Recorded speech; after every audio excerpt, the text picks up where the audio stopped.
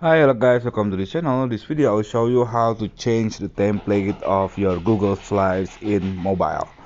So for example, I want to create a new Google Slides from new presentations, and then here you can see this is the blank Google Slides. Now I want to change the theme template of this Google Slides.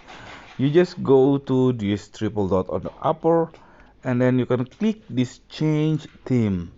You can see now if if I click that one, you can choose I can choose which theme that suitable for me. This is the default from the Google Slides.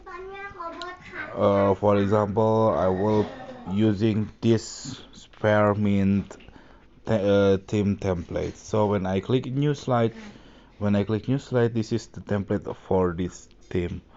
Okay, that's it. This is very simple tutorial. I hope it's helpful for you. If it's, please subscribe our channel. Thank you for watching.